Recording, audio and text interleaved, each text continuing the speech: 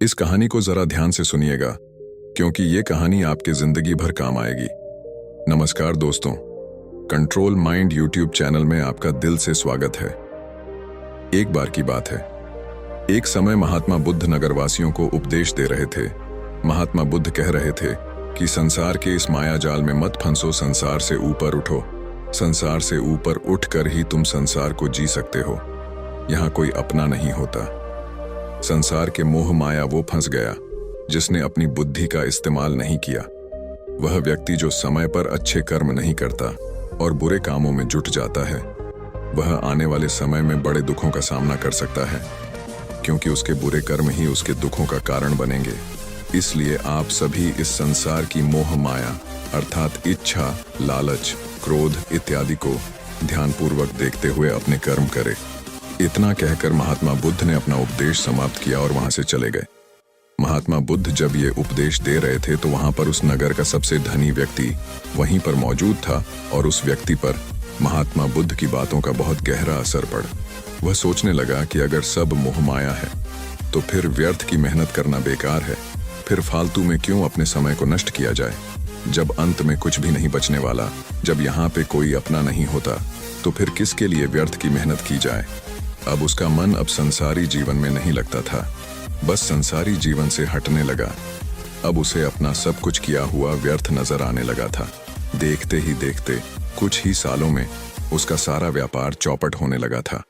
उस धनी व्यापारी के परिवार के सभी सदस्य उसे इस तरह से देखकर बहुत चिंतित रहने लगे थे, और जब भी कोई उसे बात करने की कोशिश करता था तो वह धनी व्यापारी एक ही बात कहता, ये धन दौलत तो सब बेकार की चीजें हैं, ये सब तो मोह माया है, सब बेकार हैं। भला हम रिश्ते निभाकर क्या करेंगे, ये सब तो मोह है। जीवन तो केवल एक ही है और वह है मुक्ति। अब तो केवल उसी की आस है, उसी की प्यास है। मैं इतना समझ चुका हूं कि अब से जो भी होगा वह सब अच्छा होगा। अब से उसने व्यापार पर भी ध्यान देना बिल्कुल बंद कर दिया था, और देखते ही देखते वह धनी व्यापारी उस नगर का सबसे गरीब व्यक्ति बन चुका था। वह पूरी तरह से निधन हो चुका था, उसका सब कुछ बर्बाद हो चुका था। एक दिन जब उसके घर में खाने के लिए कुछ नहीं बचा तो उसने अपने आप से कहा, यह मैंने क्या कर दिया। सब कुछ तो बहुत अच्छा चल रहा था, लेकिन मैंने अपने हाथों ही सब कुछ बर्बाद कर दिया। आज मेरे परिवार का हर एक सदस्य भूखा है, उनके पास खाने के लिए कुछ नहीं, और मैं उनके लिए कुछ नहीं कर पा रहा हूँ। वह यह सब सोच ही रहा था कि तभी उसे याद आया कि उसने महात्मा बुद्ध की बातों में आकर अपना जीवन बर्बाद कर लिया। ना तो उसे मुक्ति मिली और ना ही सुकून। अब तो भोजन के लिए भी आज मुझे रोज मरना पड़ता है। हर रोज मुझे मेहनत करनी पड़ती है, तब जाकर मेरे परिवार को 2 वक्त की रोटी मिल पाती है। अपने परिवार की इस तरह से बुरी हालत देखकर रहा नहीं गया। वह बहुत चिंतित रहने लगा था। तब उसके मन में ख्याल आया कि वह अब किससे मदद मांगेगा, आखिर अब उसका साथ कौन देगा। तभी उसे याद आया कि उसे महात्मा बुद्ध के पास ही जाना चाहिए, क्योंकि बुद्ध के कारण आज उसकी यह हालत है। उसके हालात के जिम्मेदार तो वही है। मैं तो सीधा सीधा अपने मार्ग पर जा रहा था, लगातार अपने व्यापार में उन्नति कर रहा था, लेकिन जब से मैंने उनकी बातें सुनी तब से मेरा मन विचलित हो गया। उनकी फालतू बातों में आकर मैंने अपना सब कुछ बर्बाद कर दिया। मेरे हालात के जिम्मेदार तो वही है, इसलिए मुझे उनके पास ही जाना होगा। अपने मन में क्रोध लिए 2 दिनों की लंबी यात्रा करके वह महात्मा बुद्ध के पास पहुंचा, और क्रोध में आकर महात्मा बुद्ध से कहता है, हे बुद्ध, आपको कोई ज्ञान नहीं, आपने सत्य की प्राप्ति की है। आप तो केवल भोले भाले लोगों को फंसाना जानते हैं, अपनी चिकनी चुपड़ी बातों में उन्हें बहलाना जानते हैं। आप लोगों के सीधेपन का फायदा उठाकर अपनी प्रसिद्धि और अपनी प्रशंसा करवाते हैं। आप हमें ऐसे सपने दिखाते हैं जो कभी पूरे नहीं होते। मैं भी ऐसा ही एक सीधा साधा व्यक्ति था, और मैं उस नगर का सबसे धनी व्यक्ति था। आपसे मिलने से पहले सब कुछ ठीक चल रहा था। मेरे पास धन की कोई कमी नहीं थी, सारे ऐशो आराम थे, सारी सुख सुविधाएं थीं।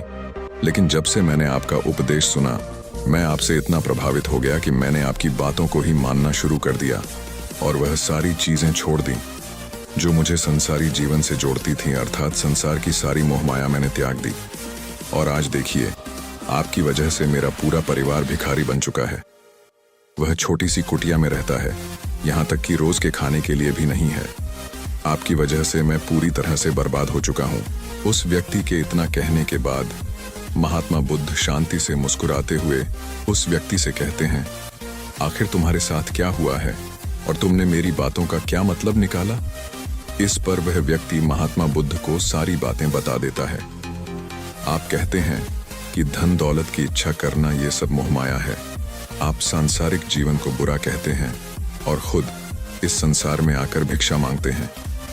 आप आध्यात्मिक जीवन को अच्छा बताते हैं, किंतु मेरा एक प्रश्न है, इस आध्यात्मिक जीवन से हमें क्या मिलता है? इससे हमें क्या लाभ? आपने कहा था कि हमें आध्यात्मिक जीवन से सुख प्राप्त होता है, लेकिन मैंने तो जब से आध्यात्मिक जीवन अपनाया है तब से मुझे केवल दुख ही दुख मिला है। यहाँ तक कि मेरे पास जो कुछ भी था वह भी सब में खो बैठा हूँ। आप लोगों को झूठा सुख दिखाकर उन्हें अंधकार में ढकेल देते हैं। क्या ये वास्तविकता नहीं? इस पर महात्मा बुद्ध मुस्कुराते हुए उस व्यक्ति से कहते हैं, बेटा, तुम बहुत दूर से आए हो, अभी तुम विश्राम करो। रात को आकर मैं तुम्हें तुम्हारे सभी प्रश्नों का जवाब दे दूंगा। पहले तो उस व्यक्ति ने इनकार किया, लेकिन महात्मा बुद्ध के आग्रह पर वह व्यक्ति महात्मा बुद्ध की बात मान गया और आश्रम में जाकर विश्राम करने लगा। रात्रि के बाद महात्मा बुद्ध उस व्यक्ति के पास आए और कहा, बेटा, मैंने एक व्यक्ति की बात सुना। वो कह रहा था कि एक हाथी हवा में उड़ रहा था। उसने तो ये भी देखा कि एक बड़ी मछली अपने पैरों से जमीन पर चल रही थी और एक कुत्ता समुद्र की गहराइयों में सांस ले रहा था। वो व्यक्ति महात्मा बुद्ध की सारी बातें सुनकर महात्मा बुद्ध से कहता है, फिर तथागत, उसके आगे क्या हुआ? आखिर आप चुप क्यों हो गए? तभी महात्मा बुद्ध उस व्यक्ति को समझाते हुए कहते हैं, बेटा, क्या तुम्हें लगता है कि ऐसा वास्तव में हो सकता है? इस पर व्यक्ति जवाब देते हुए कहता है, बुद्ध, अगर आप कह रहे हैं तो यह अवश्य ही सच होगा, क्योंकि आप इतने बड़े ज्ञानी हैं। आपने सत्य की प्राप्ति की है, तो आपके मुख से निकला हुआ हर एक शब्द तो सत्य ही होगा। तभी महात्मा बुद्ध मुस्कुराते हुए उस व्यक्ति से कहते हैं, बेटा, क्या तुमने कभी पहले ऐसा कभी होते हुए देखा है? क्या तुमने कभी किसी हाथी को देखा है जो पर के साथ हवा में तेजी से उड़ता जा रहा हो?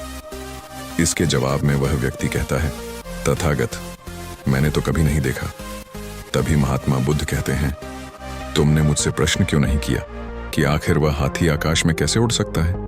जवाब में व्यक्ति कहता है, हे तथागत, आपके मुंह से सुनकर मुझे ऐसा लगा कि मानो बात सत्य हो और आप कह रहे हैं तो ये सत्य ही होगा, इसलिए मैंने आपसे एक भी बार प्रश्न नहीं किया। तभी महात्मा बुद्ध उस व्यक्ति को समझाते हुए कहते हैं, कभी किसी की बातों पर मत जाना, बल्कि खुद विचार करो।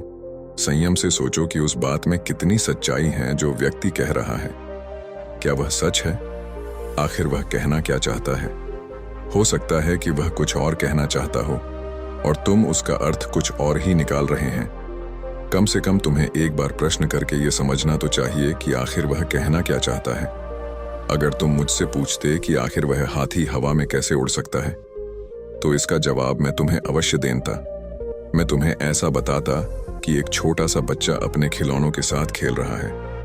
वह हाथी को हवा में उठा रहा है और कुत्ते को पानी में डूबा रहा। और रही बात मछली की, तो वह उसे जमीन पर चला रही है। क्या ऐसा संभव नहीं हो सकता? इसके जवाब में व्यक्ति कहता है, हाँ, बिल्कुल ऐसा हो सकता है। महात्मा बुद्ध उस व्यक्ति को कहते हैं, इसी प्रकार मैं कभी किसी को निर्धन या गरीब होने के लिए नहीं कहता।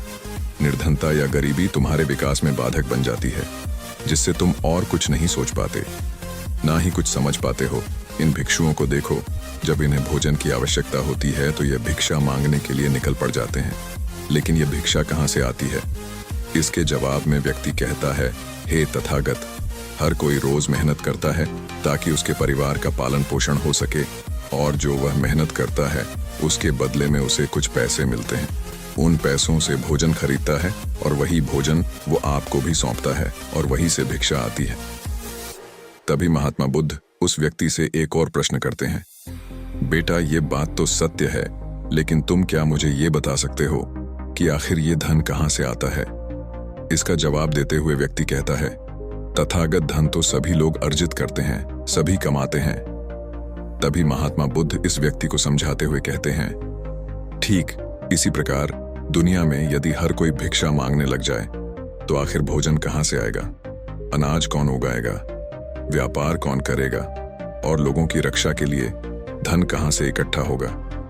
लोगों की जरूरतें कैसे पूरी होंगी? ये सुनकर व्यक्ति थोड़ा अचरज में पड़ गया और महात्मा बुद्ध से कहता है, किंतु है तथागत, आप ही तो कहते हैं कि मनुष्य की इच्छा, कामना और वासना, लालच और क्रोध, ये सभी मनुष्य के विकार हैं और हमें इनसे दूर रहना चाहिए, तभी वह आत्मज्ञानी कहलाता है। तभी महात्मा बुद्ध कहते हैं, बेटा मैं तो अभी भी यही कह रहा हूं कि मनुष्य को इन सब चीजों से दूर रहना चाहिए। इस पर व्यक्ति महात्मा बुद्ध की बात काटते हुए कहता है, पर दुनिया तो इसी पर चल रही है, इसके बिना भला या संसार कैसे चल सकता है? हर किसी को पैसों की जरूरत है, बिना पैसों के बाहर अपने परिवार को नहीं चला सकता। वह अपने परिवार का पालन पोषण नहीं कर सकता, वह अपने परिवार के लिए भोजन नहीं ला सकता, और यदि वह पैसे नहीं कमाएगा तो वह भूखा मर जाएगा। तभी महात्मा बुद्ध कहते हैं, बेटा यह संसार इन चीजों से नहीं चल रहा है, इन चीजों से बिगड़ रहा है। इस पर व्यक्ति कहता है, ये तथागत, आखिर आप क्या कहना चाहते हैं? मैं आपकी बात समझ नहीं पा रहा। संसार में इच्छा, कामना, वासना और क्रोध ही तो है, और जब हम इनका त्याग कर देते हैं तब हम अध्यात्म के मार्ग की ओर आगे बढ़ते हैं, अर्थात मुक्ति के मार्ग पर, यानी कि हम सन्यासी के मार्ग पर चलते हैं। इस पर महात्मा बुद्ध जवाब देते हुए कहते हैं, बेटा तुमने जो कुछ कहा वह भी एक बहुत बड़ा सत्य है। इच्छा, कामना, वासना और क्रोध ऐसे ही बुरी भावनाओं को छोड़ कर देने से हम संसार छोड़कर सन्यासी हो जाते हैं, और इन्हीं सभी चीजों को छोड़कर भी हम संसार में जी सकते हैं, धन कमा सकते हैं, मान, पद, प्रतिष्ठा और सम्मान कमा सकते हैं, क्योंकि हम सब अपना कर्म ही तो कर रहे। एक किसान खेती करता है, पर वह अपनी खेती बिना बुरी भावनाओं के भी कर सकता है। एक व्यापारी व्यापार करता है, और इस व्यापार में चीजों को यहाँ से वहां पहुंचना होता है, और वह व्यापारी इन चीजों को बिना बुरी भावना के कर सकता है। ठीक उसी प्रकार एक राजा भी अपनी प्रजा की रक्षा करता है, और वह भी अपने कर्म बिना किसी बुरी भावना के कर सकता है। और एक भिक्षु इन सभी लोगों को सही प्रकार और सही कार्य करने के लिए मार्गदर्शन करते हैं। जो उस भिक्षु का क्रम है, जो उसका कार्य है, और जो व्यक्ति जागृत होकर अपने कर्मों का सही पालन करता है, वास्तविकता में वही सन्यासी है, वही भिक्षु है, क्योंकि हम जो भी कर्म कर रहे हैं वह हमारा इस संसार में रहने के लिए, जीवित होने के लिए, जीवन जीने के लिए केवल एक माध्यम मात्र ही है। उसे छोड़कर हम कुछ भी नहीं पा सकते, और हमारे सभी कर्म करते हुए हमारा मुख्य उद्देश्य जागृत होना है, खुद को पहचानना है। एक बार यदि हमारे भीतर ज्ञान का उदय हो गया, तब हम चाहे जो भी करें, वह फिर संसारी हो या सन्यासी, सब एक ही होते हैं। इस पर व्यक्ति महात्मा बुद्ध से कहता है, हे बुद्ध, किंतु मैंने तो देखा है कि आप अपने संग में उन लोगों को भी शामिल कर लेते हैं जो लोग अपने परिवार को छोड़कर आए, अपने माता पिता को, अपने बीवी बच्चों को छोड़कर आए। क्या आप उनसे कभी ये कहते हैं कि जाकर अपनी जिम्मेदारियां पूरी करो और धन कमाओ, और वहीं पर रहकर तुम आत्मज्ञान प्राप्त करो? उस व्यक्ति के प्रश्न का जवाब देते हुए महात्मा बुद्ध कहते हैं, क्या तुम हाथी को हवा में उड़ा सकते हो? इसके जवाब में वह व्यक्ति कहता है, नहीं, मैं नहीं उड़ा सकता। तभी महात्मा बुद्ध कहते हैं, केवल एक बच्चा ही हाथी को हवा में उड़ा सकता है। ठीक उसी प्रकार जिस व्यक्ति को जो बनना है वह तो वह बनकर ही रहेगा। जैसे किसी व्यक्ति को व्यापारी बनना है तो वह व्यापारी बनेगा, ठीक इसी प्रकार यदि किसी व्यक्ति को आत्मज्ञान की प्राप्ति करनी है तो उसे सब कुछ तो त्यागना ही होगा। आगे महात्मा बुद्ध उस व्यक्ति से कहते हैं, बेटा क्या तुम सब कुछ छोड़कर आत्मज्ञान के मार्ग पर आगे बढ़ते, या फिर तुम ये सोच रहे थे कि इस रास्ते पर चलकर जीवन आसान हो जाएगा? जो होगा सब अच्छा होगा, सब कुछ अपने आप ही मिलने लगेगा, मुझे तो कुछ करने की आवश्यकता ही नहीं पड़ेगी। सारे दुख, दर्द, सब कुछ समाप्त हो जाएगा और जीवन में चमत्कार होने लगेगा, और अंत में मुक्ति भी मिल जाएगी। महात्मा बुद्ध की यह बात सुनकर उस व्यक्ति को अपनी गलती का एहसास हो गया। वह महात्मा बुद्ध के चरणों में गिर पड़ा और कहने लगा, हे तथागत, आप सत्य कहते हैं, मैंने तो कुछ ऐसा ही सोचा था, क्योंकि मेरा व्यापार सही नहीं चल रहा था तो मुझे लगा कि सब कुछ छोड़कर सब मिल जाएगा, मुझे कुछ करने की आवश्यकता ही नहीं पड़ेगी और मेरे सारे दुख दर्द हमेशा हमेशा के लिए खत्म हो जाएंगे। और मैं आत्मज्ञान भी प्राप्त कर पाऊंगा। तभी महात्मा बुद्ध उस व्यक्ति से कहते हैं, बेटा, भिक्षु हो जाना कोई आसान बात नहीं है। इसके लिए सब कुछ त्यागना पड़ता है। एक एक चीज जिसे तुम बहुत प्रेम करते हो, वो सारी चीजें तुमसे एक एक करके दूर हो जाती हैं।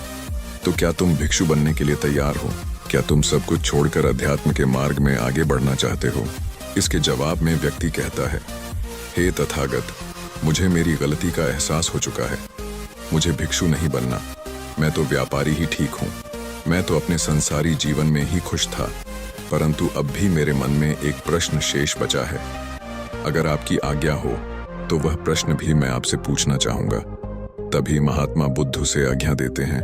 इस पर व्यक्ति कहता है, तथागत, आप ही तो कहते हैं कि धन नहीं कमाना चाहिए। पद, प्रतिष्ठा, अहंकार हमें दुख की ओर ले जाते हैं, और संसार में यही तो है और क्या है। यदि हमें संसारी जीवन जीना है तो हमें ये सब तो करना ही पड़ेगा। क्नोइसत भी महात्मा बुद्ध मुस्कुराते हुए उस व्यक्ति से कहते हैं, क्या तुम्हें भूख लगी है? इस पर व्यक्ति कहता है, हाँ तथागत, मुझे बहुत भूख लगी है। तभी महात्मा बुद्ध उस व्यक्ति को भोजन करवाते हैं, और उसे भरपेट भोजन खिलाने के बाद महात्मा बुद्ध उस व्यक्ति से कहते हैं, लोग और खाओ, ये सब तुम्हारे लिए ही है। इसके जवाब में वह व्यक्ति कहता है, तथागत, मैं पहले ही बहुत ज्यादा खा चुका हूं, अब मुझसे और नहीं खाया जाएगा। मेरे पेट में अब जरा भी जगह नहीं रह गई है। यदि मैंने और अधिक खाया तो मेरा पेट दर्द करने लग जाएगा और फिर मुझे तरह तरह की परेशानियां होने लगेंगी। मैं परेशान हो जाऊंगा। तभी महात्मा बुद्ध मुस्कुराते हुए उस व्यक्ति से कहते हैं, बेटा, मैं भी तो तुम्हें यही समझाने का प्रयास कर रहा हूं कि जितनी जरूरत है उतना ही खाओ, क्योंकि हर चीज जब हद से ज्यादा हो जाती है तो वह नुकसान जरूर पहुंचती है। फिर वह चाहे धन हो, चाहे इच्छा, चाहे लालच, या फिर कामना या वासना, सब कुछ हद से ज्यादा आपको नुकसान ही पहुंचाएगा, और यह सब आपको केवल दुख ही देंगे। इसीलिए इन्हें नियंत्रण में रखना चाहिए।